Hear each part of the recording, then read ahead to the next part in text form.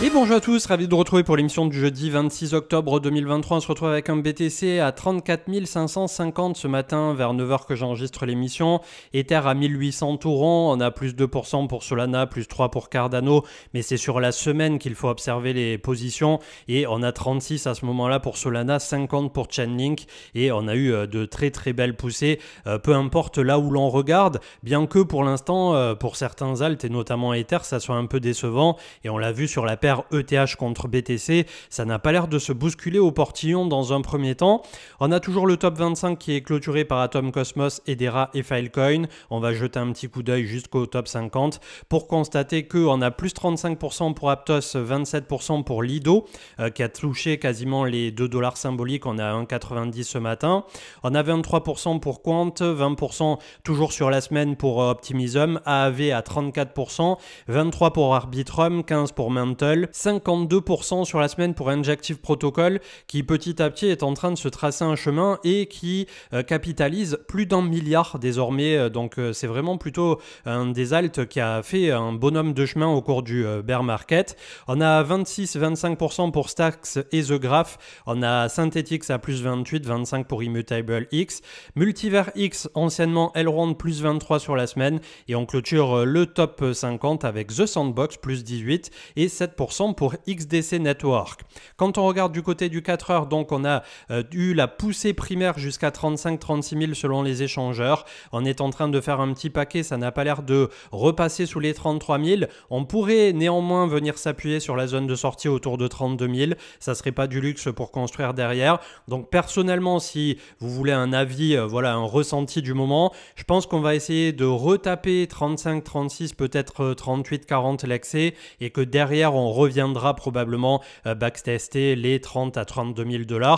Je ne sais pas sous quelle forme ça peut avoir lieu, mais en tout cas, on a la sensation qu'il y a pas mal de positions en ce moment qui sont en train d'être prises. Le tout en étant drivé par le spot, c'est-à-dire il y a beaucoup d'ordres qui sont passés au marché. Il n'y a plus que les futurs qui sont spéculés. Donc là, on a un mouvement qui est beaucoup plus soutenu et vous le ressentez, je suppose.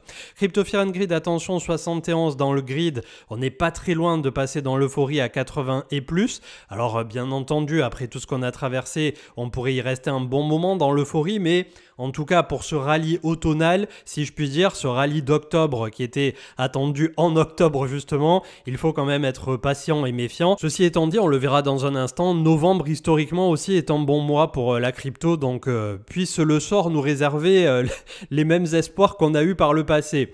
Les 35 000 donc qui est en train de quand même bétonner à 36, 38 pour ne pas laisser passer ensuite ce gros bloc des 40 à quasi 46 et plus, puisque par la suite on n'a pas énormément d'ordre. En bas ça bétonne entre 26 et le pic comme d'hab à 23 000, ça n'a pas changé. Donc ça, pour le revisiter, il faudrait vraiment qu'il y ait un gros drame de marché pour revenir désormais à 20 000 et sous les 20 000 a fortiori. Donc il y a de très grandes chances, plus le temps passe, que 15 500 ait été notre point bas définitif pour ce marché baissier de 2023. Après, rappelons-le, en 2024, on n'a pas que du bon à l'horizon. On peut potentiellement avoir une récession du côté des États-Unis. On a 2 conflits majeurs qui sont toujours en cours au travers de la planète et on ne sait pas d'ailleurs si ça pourrait pas prendre d'autres mesures au fur et à mesure que d'autres pays viennent s'imbriquer. On avait Bitcoin qui commentait, donc j'ai voulu attaquer l'émission sur ça puisque c'est super intéressant, sur la vidéo qui avait été retweetée par Asher. Donc c'est une vidéo de Zone Bourse de Xavier Delmas qui titrait l'arnaque du DCA sur ETF. Et en fait, il y a eu pas mal de débats dans les commentaires, c'était super intéressant. C'est pas pour essayer de dire oui, le titre, machin, bidule, mais ça a le mérite, comme le disait ici Bitcoin, un ETF, de toutes les années avoir un écrémage de ce qu'il suit. Si vous suivez un ETF sur SP500, tous les ans, le SP500, les sociétés qui ne correspondent plus à tout ce qu'il faut respecter pour être dans ce fameux SP500 ou qui ne performent plus ou qui ont eu des résultats décevants sur un an, etc., ça se fait sortir du SP500 au profit de nouvelles qui, elles, cochent toutes les cases et sont extrêmement profitables. Donc en gros, quand on fait la rétrospective depuis 1965, quelque chose dans ces eaux-là, on a plus 10 à 11% annualisé de retour depuis cette date-là par rapport à un ETF sur le SP500. Après, c'est un parti pris de dire que le DCA pourrait à l'avenir ne plus fonctionner effectivement sur les ETF si on se positionne à nouveau dans le côté doomiste de la chose, à se dire pendant 50 ans on va traverser une crise majeure, une troisième guerre mondiale, un champignon nucléaire. Mais là, je pense que si un jour on a de nouveau une crise qui serait aussi majeure qu'une troisième guerre mondiale / nucléaire, ça sera la dernière de nos préoccupations d'aller spéculer sur les marchés. Donc à partir du moment où on part du principe que les êtres humains finiront par trouver un consensus qui sera le moins pire pour tout le monde, voilà, je suppose que les marchés continueront de faire ce qu'ils ont toujours fait, avec des très hauts, des très bas aussi en cours de route, il ne faut pas le négliger. Mais pour l'instant, quand on se positionne sur une certaine neutralité autour de ça, et c'est pour ça que dans la foulée, j'ai proposé à Bitcoin de revenir sur un de nos prochains lives, et il va venir, prendre toujours un pas de côté sur tout ce qui paraît extrême, tout ce qui paraît horrible à l'être humain, et on voit en général, en prenant un peu de recul, que petit à petit au travers du temps, tout ce que nous vivons est un peu moins horrible, justement sur la timeline, quand on observe sur quelques centaines d'années. Alors bien évidemment, quand il y a des atrocités telles qu'on les a vues notamment paraître sur les réseaux sociaux ces temps-ci, c'est toujours un crève-le-cœur et c'est toujours à l'ère des réseaux sociaux quelque chose qui est devenu insupportable, la violence, tout ce qui aussi peut s'assimiler à des écarts entre les populations et la pauvreté, l'extrême pauvreté. Mais quand on regarde statistiques à l'appui, et je m'arrêterai sur ce hors-sujet entre guillemets, on voit que petit à petit, l'extrême pauvreté aussi, au travers des dizaines d'années qui sont passées, a reculé, c'est-à-dire ça augmente un tout petit peu au fur et à mesure. Mais ce qu'il faut en retenir, c'est que chaque jour, en gros, le monde est un tout petit peu moins pauvre, même quand on regarde les extrêmes qui composent ce spectre. Miles Dutcher qui nous rappelait donc ironiquement, octobre est un très bon mois, mais novembre aussi. Ceci étant dit, on a plus eu de mois dans le rouge qu'en octobre. Donc octobre c'était 4, on en a eu 5 en novembre. Alors certes, ça compense avec les 1, 2, 3, 4, 5, 6, 7, 8 mois de vert contre 9 pour octobre. Mais voilà, globalement la fin d'année, quand on a un rallye haussier en octobre-novembre, ça veut dire qu'on s'expose à un dump en décembre. Ça, on n'y coupera pas, je pense. Et c'est quelque chose qu'on a déjà vu par le passé, notamment 2018, 2019. Et je crois que même 2020, fin de 2020 peut-être, on avait eu le dump de décembre.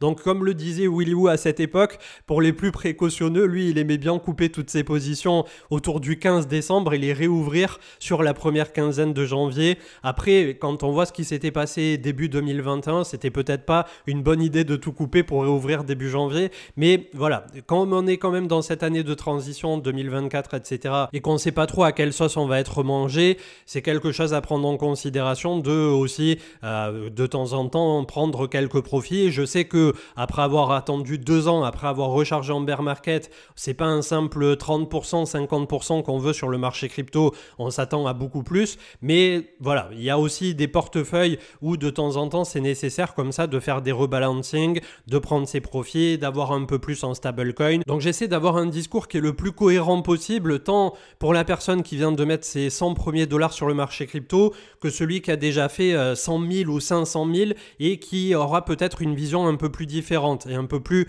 mitigée, avec un peu plus de prudence sur certains aspects.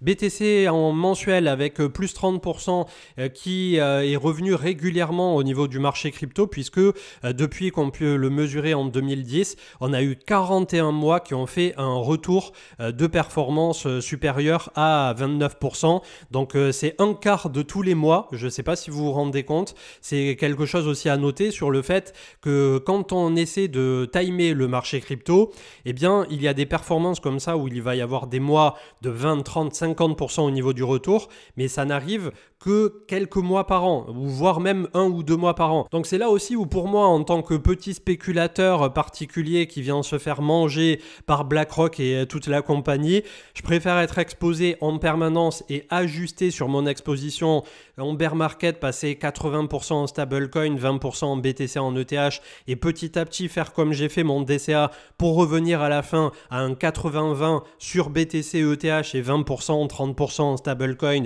quand on pense que tout va repartir. C'est plutôt sur ce genre d'ajustement que je travaille de mon côté, plutôt que d'essayer sans arrêt de timer le marché. Et on en a encore débattu récemment avec un auditeur qui nous a dit qu'il n'arrêtait pas de perdre de l'argent à force de rentrer et de sortir. Willy Woo qui nous faisait part qu'on continue d'avoir des BTC sur le spot, sur les exchanges qui sont de plus en plus bas et toujours au plus bas alors que le prix augmente. Donc ça aussi c'est un bon rappel, pour vous dire que la crise de liquidité va arriver et que au plus on va monter, au plus il y aura des personnes au portillon qui vont FOMO malheureusement, et c'est ce qui crée la fameuse bulle du bull run. Derrière, la bonne nouvelle, c'est que voilà, il y a de plus en plus de personnes qui ont compris qu'il fallait sécuriser ces précieux BTC sur une clé privée et potentiellement une ledger, parce qu'on prend souvent l'exemple facile, mais ça peut être tout et n'importe quoi du moment que vous êtes à l'aise avec ce que vous utilisez. Et ça démontre aussi que ce bull run va être extrêmement particulier, puisqu'à partir du moment où on va avoir les ETF spot qui vont nécessiter de la demande sur le spot justement, et que le spot est complètement asséché, je vous laisse en tirer vos propres conclusions. On a au passage déjà des millions de BTC qui sont perdus sur les 19 millions en circulation. Donc clairement, je pense que s'il doit y avoir un bon bull run des familles avec des étoiles qui sont un peu plus alignées, ça pourrait être ce prochain cycle. Après, ça n'empêche pas que j'ai une énorme retenue quant à mes expectations, comme disent les Anglais au niveau du prix. Je pense que voilà, à compter de 70, 80, 90, 100 000 $, si un jour on y va, je serai le premier à commencer à prendre des profits au niveau du Bitcoin. Comme le disait à juste titre ici Miles Dutcher, on a les futurs, les options au niveau du CME qui sont en train de crever le plafond. Donc on a un retour de vraie spéculation, mais pas que sur les futurs ou les options, également sur le spot. Donc ça veut dire que le mouvement est en train véritablement de chauffer comme on l'a vu par le passé. Du côté social, on a un tout petit sursaut bien évidemment, un peu plus de vues sur YouTube, un peu plus d'abonnés du côté de Twitter, mais c'est microscopique pour l'instant. Les retails ne sont pas de retour. Au niveau du marché crypto, ça reste juste les quelques curieux qui regardaient ça de loin, qui s'y réintéressent. On n'a pas du tout d'arrivée de nouveau pour l'instant. Avec Cryptost, le POL, le nouveau token de Polygon POL, a débarqué sur le mainnet Ethereum. Selon le communiqué, il n'est pas nécessaire d'effectuer quelques actions que ce soit pour les détenteurs de Matic. Tout va se faire automatiquement de votre côté. Bourseco qui nous parlait des résultats exceptionnels de Microsoft, donc un chiffre d'affaires en hausse de 13%, et ensuite je vous laisse lire le trade. Dans tous les cas, ça fait partie des trinités, j'ai envie de dire, du SP500, Microsoft, Apple, désormais Tesla depuis quelques années, et quelques autres comme Amazon, etc. Voilà, je vais pas tous les faire. Bien entendu, c'est ceux dont on parle le plus souvent, peut-être pas les plus intéressants, mais qui ont les reins le plus solides, je suppose. Et la plupart du temps, c'est autour d'un même et unique domaine, la tech, qui est reliée elle-même directement au Nasdaq. Donc c'est vrai que au niveau spéculatif pur et au niveau de la diversification d'un portefeuille, il faut aussi observer une certaine neutralité par rapport à tout ça, ne pas blinder uniquement sur X ou Y domaine, exactement comme on essaie de ne pas le faire au niveau des cryptos. Unfolded, donc, il nous disait que ce vendredi à 8 AM UTC, je ne sais pas quelle heure ça fait en heure française, vous me direz dans les commentaires, 85 000 bitcoins vont expirer au niveau de Deribit pour une valeur nominale de quasi 3 milliards. Donc le max pain est autour de 28 000 et pour Ether, je crois qu'on était à 1007, 1008. Donc voilà pour ceux qui font un peu de spéculation à court terme. Mickey Bull qui nous disait que le 23 octobre, il y avait eu donc 43 millions d'inflows au niveau des public funds. Donc c'est des ETF qui pour l'instant sont des ETF sur futur. On n'a rien eu qui est arrivé pour le moment au niveau des ETF spot puisqu'ils ne sont toujours pas approuvés comme vous le savez. Mais en tout cas, ça démontre que les institutionnels sont bel et bien au portillon, que c'est en train de se bousculer, que au plus la traînée de poudre se répand côté institutionnel, au plus, faut pas croire, eux aussi vont avoir envie de FOMO. Et comme je vous disais la dernière fois, même pour ceux qui ne vont pas FOMO, ça va permettre, une fois qu'il y aura un produit structuré comme l'ETF, de le proposer dans tout et n'importe quoi aux États-Unis, des fonds de pension, des fonds de retraite, les hedge funds, n'en parlons pas, pour peut-être un jour avoir dans absolument tous les produits qui seront proposés à leurs clients 0,5, 1%, 2%, 3% de BTC ou d'autres cryptos dans le portefeuille global et général que constitue ensuite l'économie traditionnelle américaine, mais pas que. Le Chainlink aux portes du top 10, donc très très belle poussée, très belle résolution d'un range qui a duré 1 an et demi, 2 ans, j'ai plus les chiffres en tête. Au niveau de Link, c'est complètement dingue. On était à plat, on faisait un ping-pong. D'ailleurs, c'était un peu l'Eldorado d'un trader qui aurait voulu se frotter à Chainlink sur l'ensemble des 2 dernières années. Il n'y avait même pas besoin de regarder d'autres actifs. Clairement, ceux qui font un peu de swing, vous pouviez réaliser des performances mais extraordinaires, notamment pour ceux qui font un tout petit peu de levier, puisque parfois ça manquait un peu d'amplitude au niveau de Chainlink. En tout cas, c'est un range d'une centaine de pourcents qui a duré un bon moment et qui, je suppose, pour les spéculateurs doués, aura pu quand même ramener quelque chose dans l'assiette. Et là, désormais, pour les investisseurs long terme aussi, les obligations US à duration longue avec un rendement de 5,16%, cadeau selon Vincent Gann dans le cadre d'une stratégie long terme, le TLT. Donc, je ne sais pas là aussi comment m'y exposer. C'est obligations du Trésor américain 20 plus iShares. Je suppose que dans un compte titre ordinaire, on doit pouvoir retrouver ça. Après, quand on est aux portes, je suppose, d'un cycle haussier du côté des cryptos, est-ce qu'on a envie de se contenter de plus 5% annualisé? Ça reste quelque chose qui est extraordinaire, c'est clair et net. Mais en ce moment, personnellement, j'essaie plutôt de partir des stablecoins qui me restaient pour essayer de me diriger vers des choses qui me donneront un peu plus justement que ces 5% sur les 2 prochaines années. Journal du Coin qui nous faisait part que le ratio entre volume opéré sur le marché spot et celui du marché futur est de 0,16, soit son point le plus haut depuis décembre 2022. Il s'agit de Ether. Donc malgré le fait que Ether soit resté hacké, on a quand même quelque chose qui est en train de se passer, et je suppose qu'une fois que Bitcoin aura fini son grand baroud, on aura peut-être quelque chose enfin qui viendra du côté de Ether. Tôt ou tard, il a tendance en sortie de bear market, Ether, en tout cas c'est comme ça que ça s'est passé sur le dernier cycle, à être assez amorphe, à mettre beaucoup de temps à venir, mais une fois qu'il vient, en général, il délivre toutes ses promesses, en tout cas d'un point de vue spéculatif, et j'espère que c'est comme ça que ça se passera.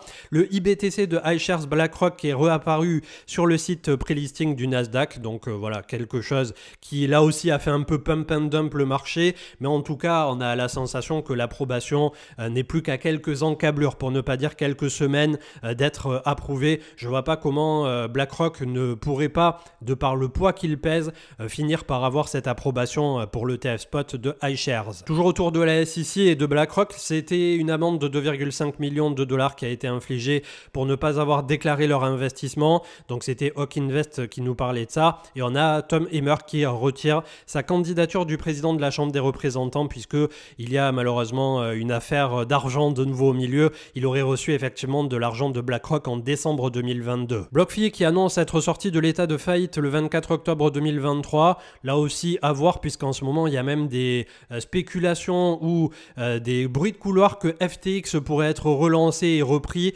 Il y a pas mal de gens qui là aussi sont prêts à mettre de l'argent sur la table. Clairement, je vois pas ça d'un bon oeil, le fait de relancer FTX, si ce n'est pour récupérer plus vite l'argent des clients, mais derrière je vois pas comment et qui serait assez débile. Après, le marché crypto est très débile, donc rien ne m'étonnerait, mais pour aller mettre de l'argent sur un FTX 2 au carré qui serait relancé, peu importe qui serait à sa tête. Et on terminera au niveau des news avec une info là aussi importante et pertinente au niveau du chart et des 2 cycles précédents.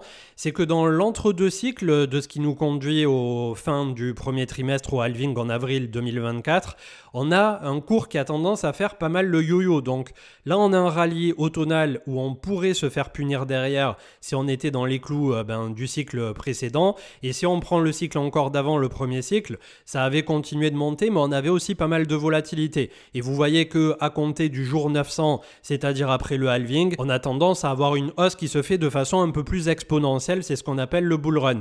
Donc je pense que vu que là maintenant on obtient notre, on va dire, pseudo-rallye automnal, on risque de se faire punir probablement sur le mois de décembre, en tout cas si ça se passe tel que ça s'est toujours passé.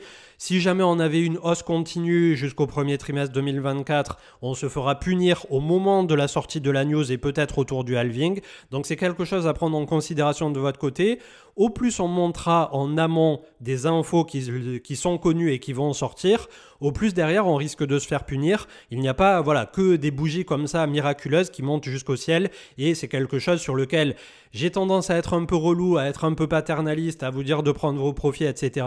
C'est un peu tôt là pour ma part pour commencer à prendre des profits, mais je peux vous dire que je vais vous le répéter un nombre incalculable de fois dans les 2 prochaines années. 1247 milliards pour le crypto total ce matin qui bataille avec la résistance et avec la moyenne mobile 100, 2 semaines de hausse consécutive, c'est pas énorme mais c'est déjà pas mal puisque on a eu un sursaut de volume par rapport à tout ce qu'on a traversé depuis avril 2023 quasiment. Donc c'est le grand sursaut du marché crypto, c'est aussi la pré-spéculation des approbations ETF et du halving. Est-ce que les alts vont enfin nous offrir quelque chose d'un peu plus gras? Eh bien pour l'instant, après la touchette des 500 milliards, on est de retour à 570, on a touché d'ailleurs les 585, moyenne mobile 200 autour de 596 et la trend qui viendra nous barrer la route à 630, moyenne mobile 100, 682, donc ça vous donne déjà pas mal de targets à la hausse du côté des altcoins. Le crypto total 3 où on exclut BTC et ETH, on est à 353, on avait les points bas qui avaient été faits précédemment à 287, on a la moyenne mobile 200 qui est à 393, la trendline à faire péter à 380 et enfin la moyenne mobile 100 qui est très haute, proche des 450 milliards. Ce matin, 32 Ethers valent 57 872 $, on avait les points bas récents qui étaient à 48 000 et le point bas extrême quand on avait eu cet énorme dévissage, je sais pas comment le nommer, à 28 000 $ quand il y avait des Ethers qui s'échangeaient à 880 $.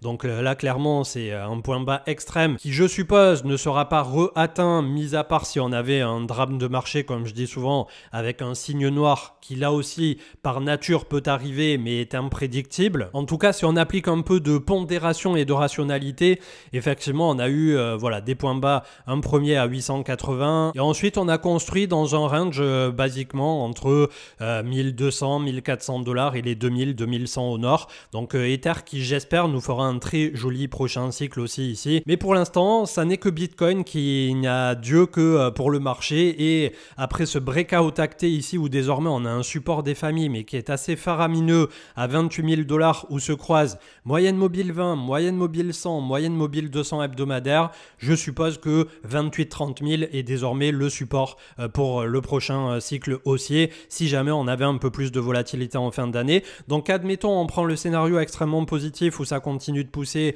on voit 40 000 d'ici la fin de 2023, maximum début 2024, c'est tout à fait le genre d'amplitude à laquelle il faut s'attendre. On pourrait avoir un pullback autour de 30-35 000 $, même si on venait à taper du 40 000 $ et plus, c'est à peu près comme ça qu'il faut voir les 6 prochains mois. Le CAC 40 français qui essaie de se raccrocher à sa moyenne mobile 100, on avait méché un peu en dessous, 6 780, on est à 6 915 ce matin, donc là aussi les marchés tradis qui essaient de pricer, de se dire bon est-ce que ça va être une récession dure ou un saignement de nez lent. En tout cas pour le SP500 on a la moyenne mobile 100 et 50 qui arrête le cours en tout cas pour l'instant juste sous les 4200, attention si ça lâche, on a un petit support intermédiaire ici autour de 4070, 4080, puis ça sera les bras ouverts à la moyenne mobile 200 qui se trouve bien plus bas à 3940. Donc c'est un peu le fameux retour à la réalité du marché américain qui constate que oui, tout n'est pas rentré dans l'ordre, que peut-être les États-Unis sont en train de s'engager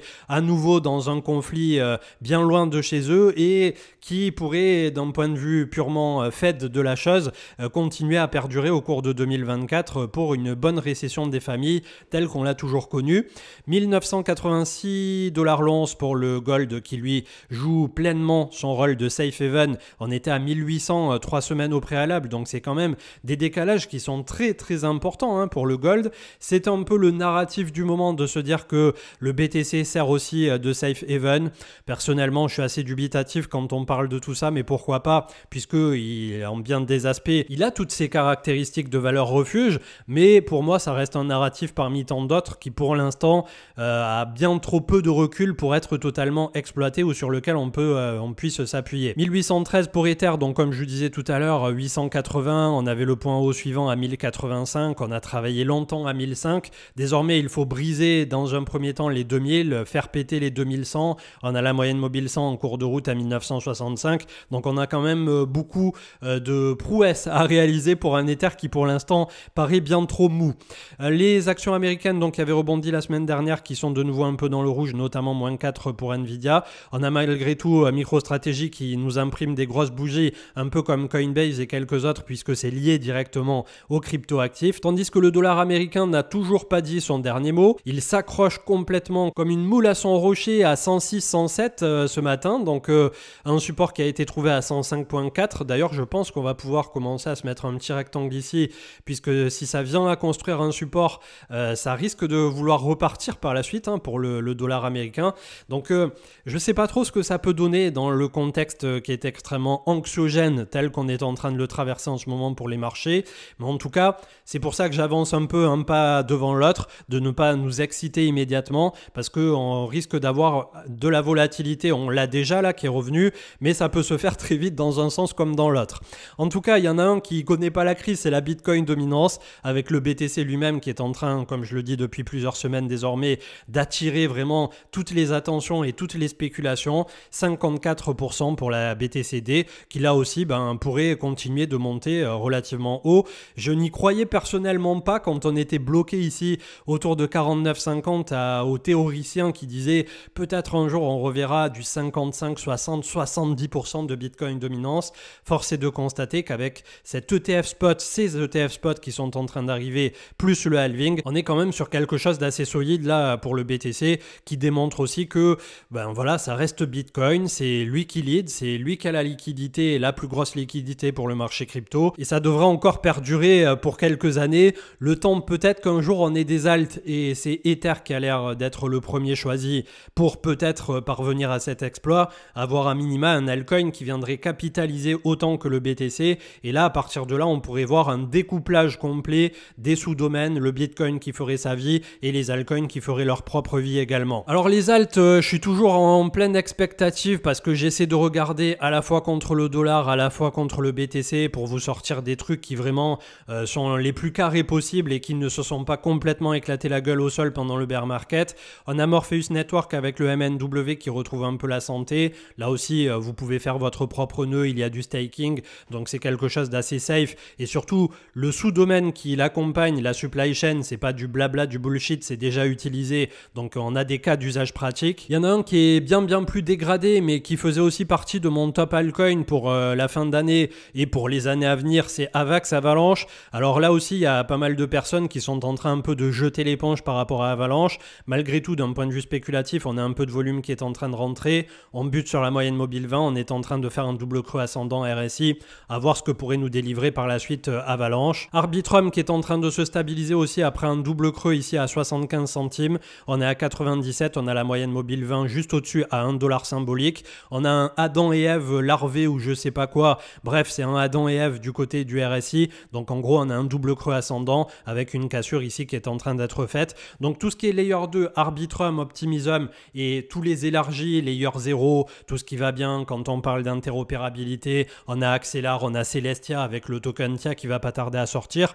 Bien entendu que c'est des tokens sur lesquels énormément de personnes mettent beaucoup d'ambition puisqu'ils n'ont pas connu de bull run et qu'on pourra avoir des capitalisations qui se font sur justement une base où on aura une découverte de prix derrière. Vous avez été énormément à m'en parler sur les quotidiennes, à me donner du contenu autour de Tao, c'est BitTensor avec l'intelligence artificielle qui nous pousse plus 50% je crois sur cette semaine. On a énormément de volume qui rentre. Personnellement, je n'en détiens pas pour l'instant. Je préfère être tout à fait honnête. Je m'intéresse au domaine IA/blockchain que de loin parce que pour moi, pour l'instant, il y a très peu de cas d'usage pratique et c'est énormément de spéculation à vide. Ceci étant dit, BitTensor, vous êtes communautairement parlant énormément à l'apprécier. Je vais essayer de creuser puisque voilà, j'essaie d'être relativement proactif sur les sujets aussi que vous me faites parvenir pour essayer de voir s'il y a quelque chose à creuser de ce côté-là.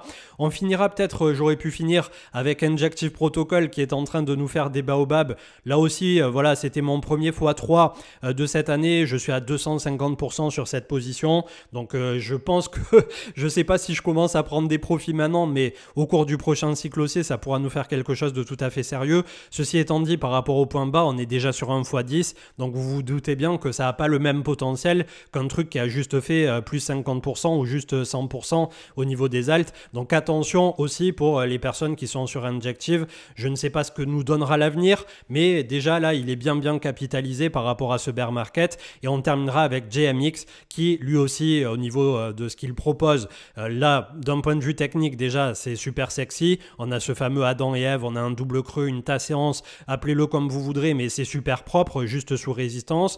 On est en train de batailler avec la moyenne mobile 20 autour de 44-45 $, et GMX qui, pour les détenteurs de GMX et de GLP, imprime au quotidien des sommes assez astronomiques. Donc vous avez un vrai revenu qui est tiré de l'activité économique réelle d'une plateforme, et clairement, même si lui aussi n'est là que depuis octobre 2022 et on manque énormément de recul, ça fait partie des grands attendus de ce prochain cycle. On se quitte avec le BTC1 Futur CME qui est à 35 000 ce matin, qui a bel et bien break aussi toutes ses moyennes mobiles. On a une petite zone de turbulence malgré tout ici, le cours avait pas mal travaillé autour des 35 justement, donc ça n'est pas rien, c'est pour ça que les ordres aussi étaient positionnés en gros bloc jusqu'à 35 000. Malgré tout, on a un momentum qui est fort, on a un momentum qui est drivé par le spot en plus des futurs et des options, donc on va voir ce que va pouvoir nous offrir ce mois de novembre qui ne tardera pas à s'ouvrir et qui historiquement dans la majorité des cas était un mois qui pouvait nous offrir des rendements positifs pour le marché crypto. Je vous souhaite une excellente journée et pour ma part je vous retrouve ce week-end. Ciao ciao.